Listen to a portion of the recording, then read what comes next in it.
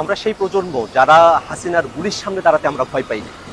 অতএব কারো ভাঙ্গা ডিমে আমাদের কিছু যায় আসে না। বরং এই ঘটনার মধ্য দিয়ে আবারও প্রমাণিত হয়েছে যে আওয়ামী লীগ একটি সন্ত্রাসী সংগঠন।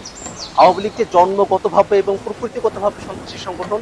তারা সন্ত্রাস করবে, তারা বাংলাদেশের মানুষ যারা স্বাধীনতাকামী আছে, বাংলাদেশপন্থী মানুষেরা আছেন, যারা জুলাই অভ্যুত্থানের পক্ষে শক্তি আছেন, তাদের উপরে তারা হামলে পড়বে। এটাতে আমরা আর অবাক হই না, বরং আমরা মনে করি যে অন্তর্বর্তীকালীন সরকার এই দীর্ঘ সময়ে 1 বছর জুড়ে আওয়ামী লীগকে বিচারের আওতায় নিয়ে আসার যে প্রক্রিয়া সরকারের শুরু করার কথা ছিল, সেটা খুব সামান্য অগ্রসর হয়েছে।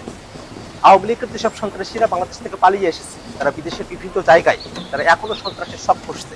আমরা অন্তর্বর্তীকালীন সরকারের কাছে আহ্বান রাখবো, যারা দেশে এবং দেশের বাইরে আওয়ামী লীগ এবং তাদের দোসররা সন্ত্রাসের সব করছে, তাদেরকে অতি দ্রুত বাংলাদেশে ফিরিয়ে নিয়ে গিয়ে তাদেরকে বিচারের আওতায় নিয়ে আসা হবে। এবং আমরা একটা কথা বারবার স্পষ্ট করে বলি, আজকে আমরা যখন নিউ ইয়র্কে এয়ারপোর্টে আমরা নেমেছি, আমরা দেখেছি আওয়ামী লীগের সন্ত্রাসীরা তারা যখন হুঙ্কার দিয়ে আসছিল, তারা যখন নানা অশ্রাব্য গালিগালাজ করছিল।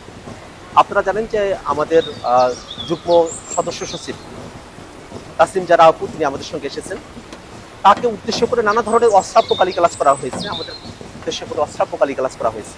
আমরা মনে করি এটাই আওয়ামী লীগের চরিত্র। আওয়ামী লীগ আজকের এই ঘটনার মধ্যে দিয়ে আবারও তাদের যে সন্ত্রাসের